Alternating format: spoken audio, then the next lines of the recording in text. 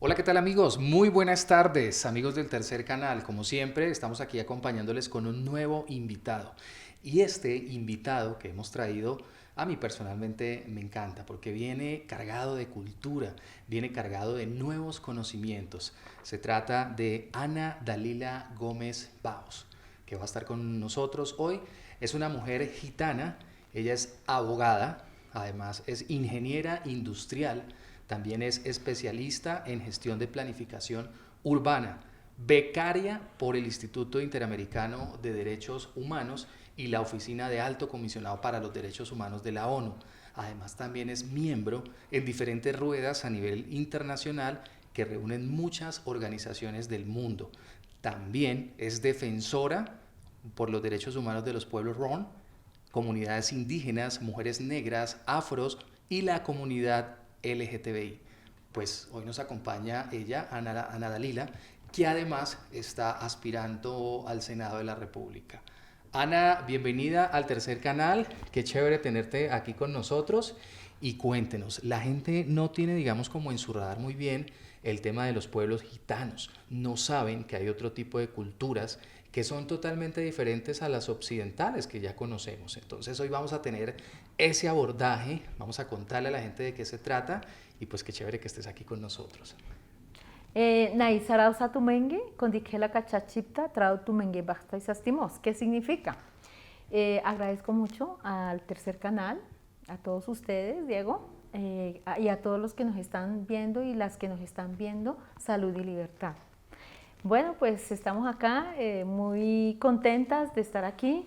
Quiero decirte que también dentro de esos pueblos étnicos tenemos al pueblo Raizal de San Ok, Andrés, al Palenquero también. ok. Entonces ellos también son muy importantes dentro de todo este espectro de la diversidad étnica y cultural. Y de eso vamos a hablar, Ana Dalila, porque digamos no está en nuestro radar, digamos, todos estos pueblos, todas estas culturas que tienen unas costumbres totalmente diferentes, que tienen una cosmovisión de vida totalmente diferente y que digamos en las ciudades principales, como en Bogotá, como en Cali, como en Medellín, no se tienen en el radar, digamos, estos pueblos. Tú lo acabas de mencionar.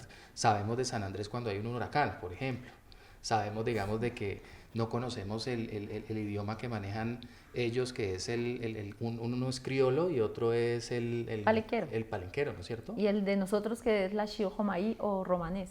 Ok, listo. Entonces, vamos a hablar acerca, digamos, de los pueblos gitanos. Ana Dalila, ¿cuál es esa historia? Hagamos una visión de antecedentes de cómo sucede este proceso de los gitanos que llegan aquí a Colombia, dónde se origina. Cuéntanos un poquito aparte de eso. Bueno, nosotros somos el pueblo Hom o Ujú. gitano, que muchos estudiosos dicen que el origen viene de la De India. la India. En el año 2018 estuve conmemorando los 1000 años de salida de la India. Estuvimos en Kanauj, que era la ciudad como intelectual del pueblo Hom, y a partir del siglo XVIII se pasó, perdón, a partir del siglo XI se pasó a diferentes partes de Europa. En el tercer viaje de Colón ya venían 4 gitanos, 2 parejas, venían a América y posteriormente a Colombia, según pues los mayores, la tradición oral, se dice que venían por la costa atlántica, lo que es la Guajira, lo que es los valles de Aburrá, dicen que se establecieron 14 familias ahí, según Daniel Bernal, historiador. Bueno, y así hay muchas historias, pero al país se llegó como antes de lo que esto se llamara Colombia. Posteriormente, en la Primera y Segunda Guerra Mundial, también ya venían gitanos, rom, como nosotros nos hacemos llamar desde el idioma romanés, que significa gente inteligente. Y bueno, así hemos estado en la historia de este país como personas, testigos mudos de todo el acontecer nacional, de todo lo que ha venido transcurriendo en este país en todo este tiempo y que pues nosotros hemos aportado a la cultura y a la nacionalidad colombiana. Ok, hay en el imaginario colectivo, Dalila, una creencia que el gitano deambula. ¿Deambula el gitano o esto es un mito? ¿Cómo explicarlo? Bueno, el pueblo hom o gitano, nosotros tenemos unos elementos identitarios. unos elementos que nos definen como pueblo diferenciado ante otros pueblos y la sociedad mayoritaria. Tenemos la Shihomai, que es una lengua viva que se da explicación a través del sánscrito, que ustedes saben que el sánscrito es una de las lenguas más antiguas de la humanidad. Tenemos la Kriyt Homai, que es la forma de hacer justicia ancestral, de tradición oral también. Pero la Kriyt de los Rom no es de los gitanos. Es que los Rom y los gitanos es el mismo pueblo. Y aplicaría la Kriyt para ellos, para ambos. No, estamos hablando de un solo pueblo, que es el pueblo gitano, que también nosotros nos llamamos pueblo Rom. Okay. Entonces, dentro de esto tenemos esos elementos identitarios, como por ejemplo la Kriyt Homai, que es la justicia propia, Okay. ¿sí?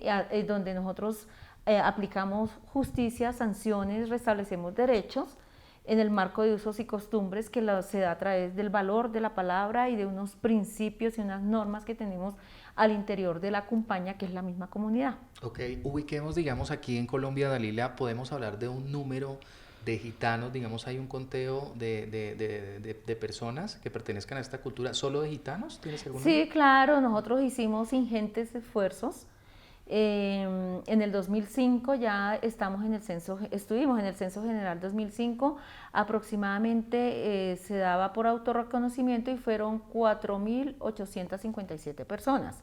En el 2018, pues no sé, mágicamente, creo que quedamos menos de descuento como el 46%, 56%, y estamos en 2.649 personas actualmente en Colombia registradas en el censo, cuestión que es muy importante porque a nivel americano no hay ningún país que esté contado a través de un censo general de población. Ok, es un trabajo que ustedes como que han hecho internamente. Sí. Hagamos un mapeo, Dalila, hablando de, digamos, desde lo étnico. Colombia, si hay algo que tenga de riqueza, es su biodiversidad.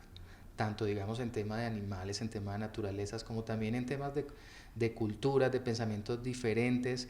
Hagamos un pequeño mapeo, aparte, digamos, de este pueblo gitano al que tú perteneces. ¿Qué otras, digamos, comunidades tú identificas y que no son muy visibles y que deberíamos nosotros como colombianos conocer, Dalila? Bueno, la Constitución del 91, en su artículo 7º, establece que este es un país pluriétnico y multicultural. Y en esa misma sintonía nosotros vemos que tenemos a pueblos indígenas, que básicamente ellos pues se autorreconocen más de 115 pueblos en este país, 64 lenguas que se hablan a través de la ley 1381, la ley de lenguas nativas, que se han registrado ahí. Tenemos la población afro, que más o menos también son 4 millones de personas que se han registrado como afro, raizal, palenquero, y tenemos pues el pueblo gitano, ¿sí? Que también pues nosotros, de acuerdo al censo, como ya lo mencioné, 2.649 personas. Toda esta diversidad étnica y cultural también la hemos reflejada desde un punto de vista plurilingüístico. ¿Qué significa? Que aquí, como también lo mencioné, 64 lenguas indígenas existentes. Tenemos 2 lenguas creol, que es la creol, la de San Andrés y Providencia, y tenemos la palenquera, y también va la Shihomai, que hace parte de las lenguas nativas de este país. Y todas son reconocidas ante la Constitución. Todas son reconocidas a través de la ley 1381, que es un desarrollo de la Constitución. Ok, muy bien. Hay algo que a mí sí me causa, digamos, un poco de curiosidad, y es cómo funciona, Dalila, el tema de las leyes al interior de los pueblos gitanos. Para nadie es un secreto. Pueblo gitano, es uno solo. Exacto, del pueblo gitano. Para nadie es un secreto, digamos, que la forma de castigar es totalmente diferente, que la forma, digamos, de también hacer una corrección sobre una conducta es totalmente diferente. La parte de la justicia, ¿cómo es? Bueno, la parte de la justicia diríamos que es, primero, tradición oral, respeto a un conjunto de valores muy importantes. En ese sentido se llama Kriyt Homai, que significa ley gitana. Okay. Y esta ley gitana es la que restablece los derechos, está dada por los mayores, el círculo de mayores, es que nosotros les decimos los serejomengue, que son los jueces naturales, no son cualquier persona, son personas muy respetadas dentro de la comunidad, y lo que se dice en la CRI se hace. Aquí se aborda, aquí hasta que no se haga justicia, no se acaba el proceso de CRIS. Es decir, que la justicia es inmediata, es gratis, es una justicia que impone pues ciertas sanciones y también impone a veces hasta expulsión de acuerdo a la infracción cometida. ¿Cómo manejar, digamos, aquí dentro de la sociedad, digamos, a la que yo pertenezco, conductas, por ejemplo, como el robo? Bueno, cuando es el robo, generalmente primero, si se sabe que hubo ese delito, se llama a una conciliación. Okay. Entonces se llama a las partes. Pero digamos, se llama como la CRI y entonces vienen todos a analizar el caso. Sí, ¿cómo claro. es el proceso? No, primero entre las partes, bueno, usted me robó, entonces usted me va a devolver o qué. Okay. Es como una conciliación que también está dentro en derecho. Si no, entonces se convoca a la CRI, se convoca a todos los mayores y ahí ya viene a estar como todo el tema de el ofendido, el que ofende, los mayores cómo van a mirar y a comprobar cómo fue, y también en todo eso hay un proceso de esa sanción moral, o si no también hay una sanción en términos económicos, y se dan tiempos, plazos pues para restablecer ese derecho. Aquí no hay penas que tienen que ver con la privativa de la libertad, por ejemplo. No, es como más un tema, digamos, de escarnio público. ¿Es lo que de escarnio público, y también un tema como de destierro, a pesar de que nosotros no reivindicamos el territorio. O sea, si yo soy gitano y cometo, digamos, un tipo de estas acciones, no sé si también la tipología sea delito dentro de la parte gitana, ¿puedo ser expulsado de la comunidad? Claro, puede ser expulsado, y pierde todo derecho de ser lo que usted siempre, desde que nació, con sus ancestros, era gitano. Ok, y en el tema, por ejemplo, de lo que se llama también la parte de infidelidad, si un gitano, digamos, accede a otra mujer, a una mujer de otro gitano, hay también... Igual, hay también una serie de sanciones muy delicadas, porque es que nosotros tratamos de llevar una armonía en la comunidad, un equilibrio, ¿sí? Entonces eso es bien importante. Claro. Entonces también hay sanciones muy delicadas, como te digo, hasta el tema de expulsión, ¿no? Que para nosotros es erigate. Que sería como... ¿qué? Un destierro, como, o sea, la persona que, o sea, se echa y nadie puede hablar con esa persona, está dado como persona marimé, es decir, impura, nadie puede brindarle ni un café ni nada. Perfecto, bueno, está con nosotros Ana Dalila Gómez Baos. Ella está en este momento aspirando a ser senadora de la República. Está en representación de su pueblo gitano, está en representación de las comunidades de las cuales ella ya ha mencionado. También quiere representar a la comunidad LGTBIQ y desde luego también a las mujeres, también a los afros. Hablemos un poco de la evolución de lo que ha sucedido con las mujeres, Ana Dalila, al interior de, por ejemplo, de tu comunidad, del pueblo gitano. ¿Crees que falta más? ¿Crees que yo creo que es aquí como entrar a la casa, pero tú vas a aspirar a un cargo de representación pública y muchas mujeres en este momento sienten que todos sus derechos no están dados? Desde la comunidad gitana y las demás comunidades a las que tú quieres representar, ¿qué hace falta para las mujeres, Dalila? Bueno, yo creo que es supremamente importante trabajar por las mujeres, teniendo en cuenta que las mujeres en toda situación, independientemente de la cultura, siempre llevamos unas cargas históricas de exclusión y de discriminación, ¿sí? Es decir, tenemos que mirar cómo podemos también pedagógicamente enseñarles a los hombres a que haya esa equidad, esa justicia, y qué bien pues poder estar en un cargo de representación política en donde uno puede también tener mecanismos y estrategias como el hecho de formular e implementar leyes que vayan directamente al beneficio de los derechos de las mujeres.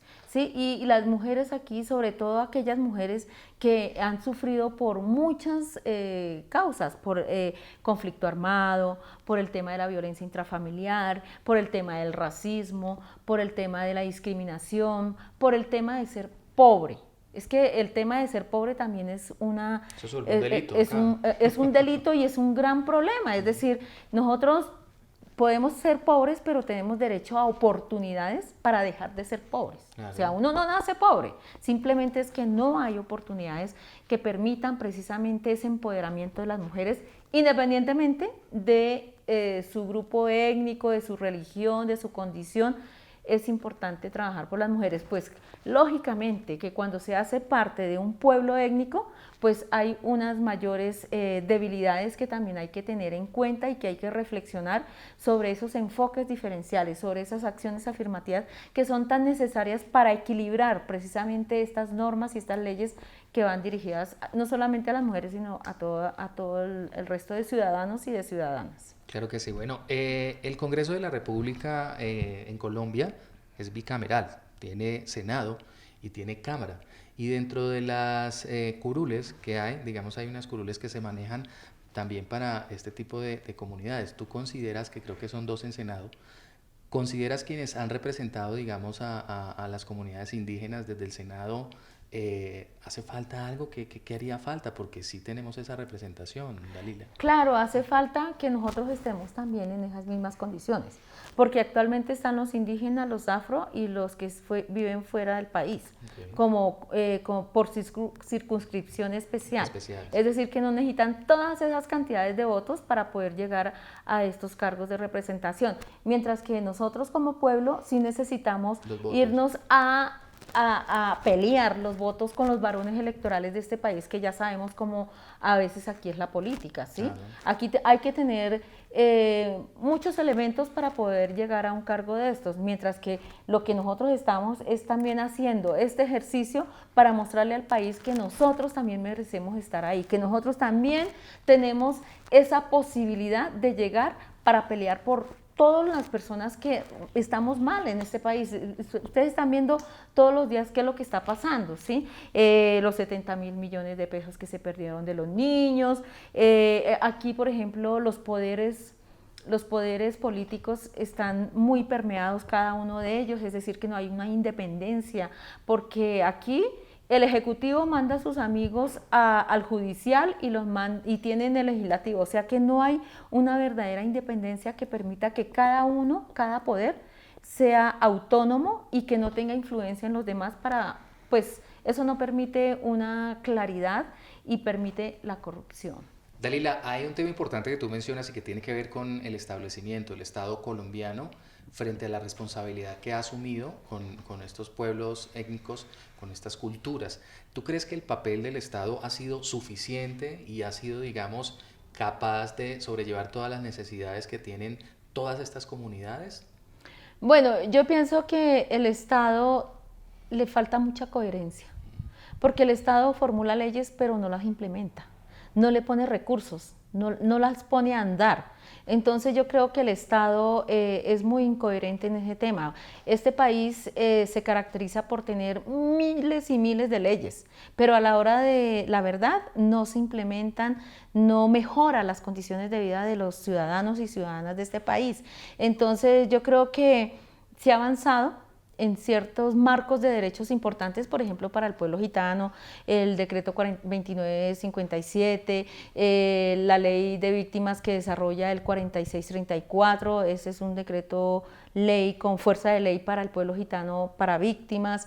Tenemos también la ley de lenguas nativas que se está pues medio empezando también a desarrollar, pero sí hemos avanzado en marco normativo étnico, pero le falta implementar, le falta, por ejemplo, para territorios indígenas el tema de los resguardos, para el tema, por ejemplo, afro también le falta territorios colectivos, por ejemplo, en San Andrés, en Palenque, o sea, faltan muchas cosas que nosotros precisamente estamos acá mirando cómo podemos accionar toda esta política en beneficio para garantizar derechos fundamentales y colectivos de los pueblos.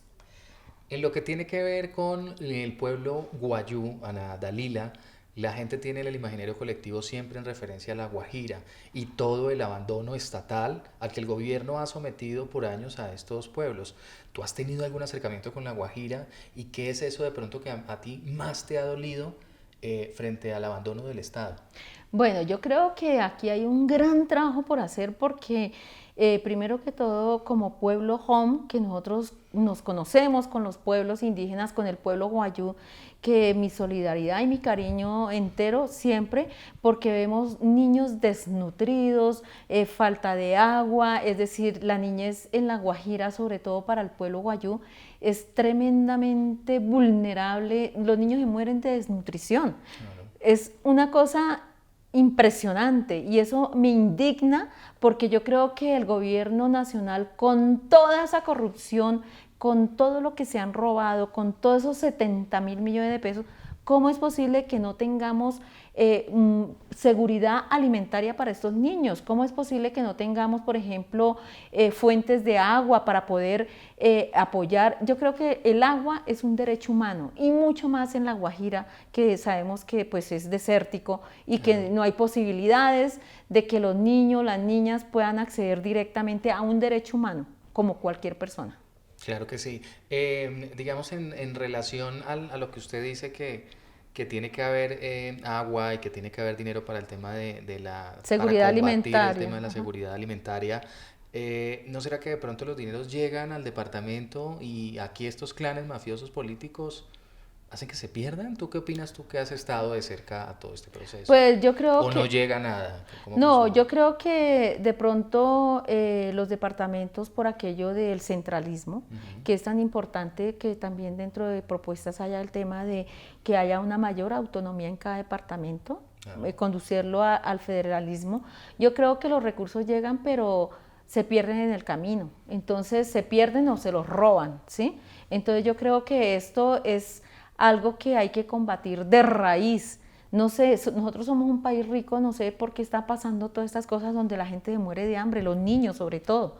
Los niños de un pueblo étnico que supuestamente los pueblos étnicos en este país hacen parte de la riqueza cultural y no se está fortaleciendo, no se está protegiendo. Entonces, en ese sentido hay que trabajar muchísimo para mirar cómo se saca a estos niños y a estas regiones que las han empobrecido por el tema de la corrupción. Claro que sí. Dalila, hay digamos en antecedente tuyo un proceso, fuiste becaria con el tema de la ONU. ¿Cómo fue eso? ¿Cómo fue esa experiencia? Yo creo que toda experiencia tiene algo bonito que contar. ¿Cómo sucedió esto? Bueno, esto fue yo creo que un regalo de Dios, primero que todo. Me inscribí, porque eso está en la página web. Me inscribí, una amiga me dijo, Métase. métase, metí, mi amiga Carmen, que la saludo, y me llamaron. Y entonces yo hablo inglés, pero muy básico. Okay. Entonces me dijeron, la vamos a llamar, le vamos a hacer unas preguntas en inglés para ver cómo está usted. Pues me llamaron. Y pues como eran unas preguntas como muy básicas, pues yo las respondí. Y pues sí, señor, que fui becaria, me fui para Suiza, estuve casi 4 meses, pero eso fue un poco duro para mí al principio porque todo era en inglés. Y yo con un inglés básico, yo duré como 8 días, yo dije, no, yo creo que yo no voy a poder con esto. Y me puse a estudiar en internet, en Google, en todo, busque. Y ya al último ya hablaba un poco más, pero eso fue una experiencia muy bonita, muy dura, porque todos los profesores, yo no sé qué les pasaba, me preguntaban a mí, y en inglés, entonces me tocaba, ok, y yo como soy un poco activa cuando esto, yo alzo la mano, y acá me tocaba, o sea, medir mucho, porque Claro. pues siempre es otra lengua, y no, ahí pues al final culminé el ¿Y curso. cómo fue el proceso, digamos, en tema de lo que tú representabas como tal?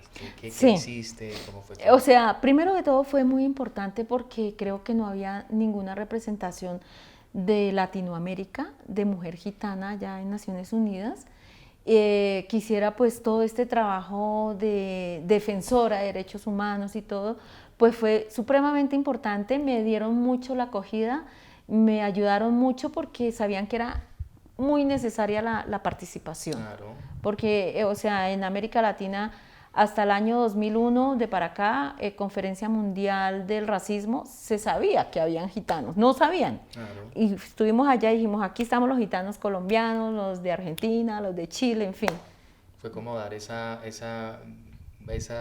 visualización, digamos, como Sí, tal, ¿no es cierto? sí. ¿Cómo termina una abogada siendo ingeniera industrial? O No, sea, al contrario. yo no entiendo ese proceso. Siempre uno dice, bueno, el abogado generalmente puede ser periodista o puede ser politólogo, pero entonces cuando uno dice esta mezcla entre Dalila es abogada y además es ingeniera industrial, ¿cómo sucedió eso? No, fue al contrario. Sí. Primero fui ingeniera industrial. Ok. Fue algo muy duro también porque dentro de la comunidad, pues el tema de que las mujeres nos lancemos a estudiar siempre es un poco limitado por el tema de usos y costumbres, pero bueno, pedagógicamente se ha venido haciendo un proceso bien interesante de participar y de la necesidad de educarnos, aunque yo siempre he estado luchando por el tema de la educación, pero con ese enfoque diferencial, ¿sí? Que tengamos la historia, la cultura del pueblo gitano, hablar la lengua. Y yo estudié en la Universidad Distrital Francisco José de Caldas, es decir, mi alma mater inicial fue esa universidad, que es una universidad pública, que es una universidad donde uno es del pueblo, donde uno pues vive como un estudiante, a veces no había que comer, no había que tomar agua, tocaba echar dedo para el bus. Lo que vive un estudiante. Sí, no, pero es que conmigo era un peso, primero gitana, El tema del mujer, machismo. bien pobre, el tema machismo, entonces todos estos elementos terribles, o sea. Pero ¿por qué te imaginas tú voy a ser ingeniera industrial? ¿Qué se te pasó por la cabeza? Ah, bueno, primero porque desde muy niña, yo como a los 4 o 5 años yo ya sabía leer, yo quería, no sé qué, a los 13, bueno, usted como que ya estaba lista para casarse, yo no, yo quiero estudiar, y bueno, y estudié. Y después dije, no, pues yo quiero, es que ya con bachiller, no, yo quiero seguir estudiando. Y me metí a estudiar ingeniería industrial, pasé allá en la Distrital y es una carrera también donde habíamos 40 mujeres, 40, todo el mundo 40 y como unas 5 mujeres, 35 hombres, o sea, también era pues más hombres. Y dije, usted metía allá con los hombres, listo. Y fue una experiencia bien interesante, un poco difícil porque es que imagínate uno sin tener apoyo de ningún tipo. Claro, Entonces, solo las ganas. Solo las ganas, pero ahí salimos adelante. Y bueno, y después cuando ya estuve como, ya me gradué, dije, me voy a prometer a mí misma que no voy a aguantar hambre. Claro. Ni yo, ni mi familia, ni los que me rodean. Y ahí fue cuando partió pues todo esto. Y ya después, con el tiempo dije, no, voy a ser abogada porque yo estoy defendiendo derechos fundamentales y colectivos y necesito aprender técnicamente lo que son los derechos, la norma, todo esto. Claro. Y entonces ahí también... ¿Dónde terminas el derecho? ¿Dónde lo en la realizas? Universidad de la Gran Colombia. ¿La Gran Colombia? Y después, bueno, antes hice pues como una especialización en gestión y planificación urbana regional y también nos fue bien. También, eso también fue otra anécdota porque yo trabajaba en catastro como ingeniera industrial En ese momento. pero allá eran solo catastrales, pero bueno, o sea, entendía mucho. Y después de eso dije, no, yo quiero estudiar una especialización, yo soy como una profesional raza, entonces, y entré a estudiar, y yo sin un peso, y bueno, y después me dijeron, bueno, usted no ha pagado, paga o chao. Me tocó buscar al uno, al otro, ay, yo necesito un fiador, ICETEX, no sé qué, y con el ICETEX. Y así he venido como formándome. Eres una de las millones de colombianos que se endeudaron con el ICETEX. Sí. Ana Dalila, tú hablas de la importancia del derecho y me gusta esa parte en donde dices, tengo que estudiar derecho porque es a través de las leyes que voy a defender a mis comunidades y es como voy a establecer las nuevas normas del juego dentro de cada una de las comunidades a las que quiere representar. Hacemos una introducción, digamos, en el tema, por ejemplo, gitano, en el tema, por ejemplo, de comunidades afro, de mujeres negras, y uno a veces ve que no es tanto el derecho, que sí es importante, pero también hay procesos culturales duros que se deben tumbar. Entonces, por ejemplo, una mujer gitana dice, no, es que yo quiero tener derecho o una libertad pero la cultura al interior, digamos, de este pueblo dice, tanto derecho no. ¿Qué opinas ahí? O sea, lo del manejo del derecho, bueno, pero ¿cómo no hay un proceso de pronto que falta de comunicación para poder que eso cambie esa realidad? No, pues yo creo que todo es en el marco del respeto y en el marco de un proceso pedagógico. Antes no se creía en la educación y ahora ya hay conmigo más personas que ya están formándose desde el punto de vista profesional. Hemos sacado cupos, por ejemplo, en Bogotá para estas vigencias de este gobierno. Hemos sacado 8 cupos para gente que quiera estudiar en la universidad. A nivel nacional también, en el gobierno pasado, también sacamos cupos a nivel nacional para las personas gitanas que quieran ser profesionales. Es decir, que yo creo que todo es una cuestión pedagógica mirando esas cosas positivas, ¿sí? Y no solamente desde el punto de vista gitano, yo creo que en este país hay que darle la oportunidad a todas aquellas personas que lo requieren, que lo necesitan, que no han tenido esa oportunidad, a la persona de a pie, al hijo del celador, de la madre que trabaja por días. A todas esas personas toca darles la oportunidad de que estudien. Hay un tema, Ana Dalila, que es muy importante y que tú tocas, que tiene que ver con el ser humano. El ser humano tiene que, por lo mínimo, tener educación. Tú que has estado mejor de frente con tu pueblo gitano, con la comunidad LGTBI, con los afros, con las mujeres negras, con todas estas comunidades, ¿considera que ellos están ubicados en la sociedad, digamos, en buenos puestos a nivel laboral todos, o en el tema de la educación tienen toda la educación, digamos, suficiente? ¿Dónde localizas tú a estas personas de estas comunidades? ¿Cómo las ves tú en este mapeo en Colombia? Bueno, Diego, el mapeo es muy triste, muy trágico, muy aberrante, porque vemos, por ejemplo, las mujeres afro que solamente están como amas de casa, como personas de servicios, es decir, de las que ayudan a arreglar las casas, todo esto, porque no tienen esas oportunidades. También incluso hasta personas que traen de otras partes, LGBTI, por ejemplo, que solamente están destinados a cortar el cabello, es decir, solamente, siempre cuando tú hablas con una persona que pertenece a ese sector, siempre se ubica como estilista. O sea, no tiene otra posibilidad sino es cortar cabello. Por ejemplo, el tema de los pueblos indígenas llegan a estos cascos urbanos en donde están en los... a la mendicidad. A la mendicidad, por ejemplo, el tema en Vera, sí, que es muy difícil aquí en Bogotá, en Risaralda, en Medellín, en todas estas ciudades, vienen a la mendicidad. El tema gitano, por ejemplo, no hay oportunidades tampoco de proyectos productivos, que es básicamente lo que los gitanos también piden, porque no es estar en una labor de 8 a 5, sino también proyectos que permitan ese desarrollo propio, de emprendimiento. Y eso no solamente para los gitanos, también para los demás pueblos étnicos que requieren poder contar con unos ingresos mínimos para su subsistencia y además también poder contar con educación superior que les permita salir de estos cinturones de miseria, ¿sí? Por ejemplo, me parece supremamente importante para estas personas que vienen de distintas partes, que vienen en unas condiciones muy paupérrimas, poder tener cómo brindar una ayuda inicial, temporal, mientras que ellos se van equilibrando o van buscando como estos mecanismos de poder acceder a un trabajo digno, ¿no? Claro, en el tema de conflicto armado, que es un tema muy importante aquí en Colombia, Ana Dalila, ¿cómo ves tú que están, digamos, como impactadas las comunidades? Ve uno, digamos, que hay muchas comunidades indígenas que han sido también cercadas hacia este tema del conflicto. Sí, yo creo que aquí hay que hacer un trabajo bien importante y necesario porque, o sea, están como en un sándwich. Por un lado, el tema del conflicto, actores armados, por el otro, el Estado, el ejército. Entonces, las comunidades, ahí sí, como decía una de las lideresas que murió, si hablamos malo y si no también. Entonces nos matan, exacto. Entonces me parece que aquí toca trabajar precisamente con esas bases, toca llegar a esos líderes, toca hacer unas rutas de trabajo que permitan precisamente buscar como esa armonía en el territorio, ¿sí? Como ese respeto.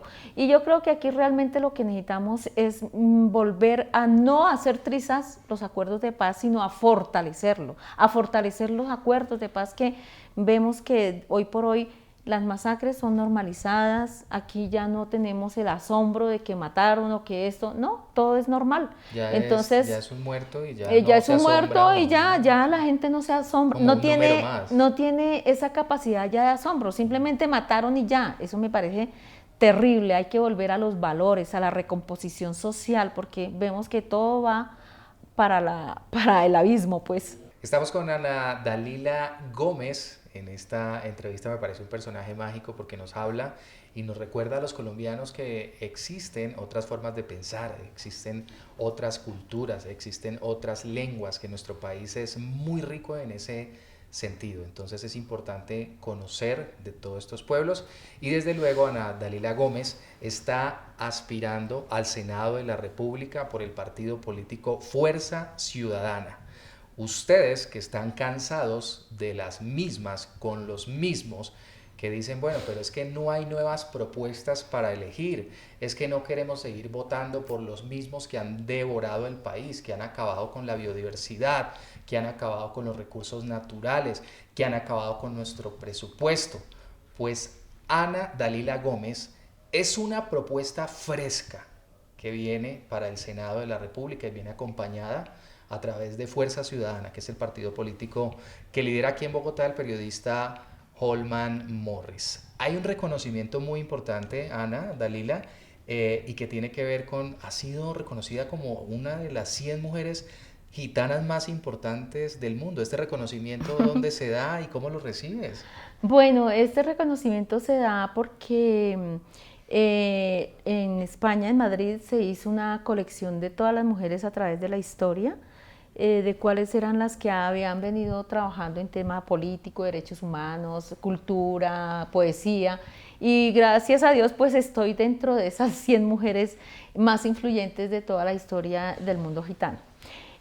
Para mí es un honor, de verdad, porque esto me crea un poco más de responsabilidad social y me dan muchas ganas más de trabajar por todo mi país, por todas las mujeres, por todos los pueblos étnicos, por la gente de a pie, como dice, gente que ha sufrido lo que yo he sufrido, el hambre, la sed, todos estos elementos que a veces nos limitan para avanzar. Pero aquí estamos para poder generar esas nuevas políticas públicas que permitan defender a las mujeres, a los pueblos étnicos, a la gente de a pie, a la gente que no tiene cómo avanzar porque no se le han dado oportunidades, ¿sí? Es decir, nosotros ¿qué podemos presentar? Podemos presentar unas normas, unas leyes que permitan implementarse, que permitan ser coherentes. Por ejemplo, en el tema de la lucha contra el calentamiento global, la defensa de la naturaleza, del medio ambiente, no al fracking, todos estos elementos son importantes porque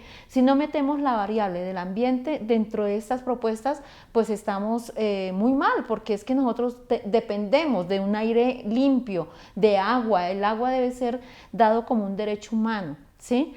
También me parece supremamente importante, por ejemplo, el tema de la soberanía y la seguridad alimentaria. ¿Cómo así que no le vamos a dar ese apoyo a los campesinos que son los que nos alimentan? Aquí este país es muy rico, nosotros podemos abastecernos de lo propio que se consume acá, no tenemos por qué importar y comer un poco de cosas, un poco de cosas venenosas que nos hacen daño. Ahora, por ejemplo, otra cosa que me parece importante es esa reforma agraria rural, porque todos merecemos tener un pedazo de tierra. O sea, aquí las 6 familias tienen el 90% del territorio nacional.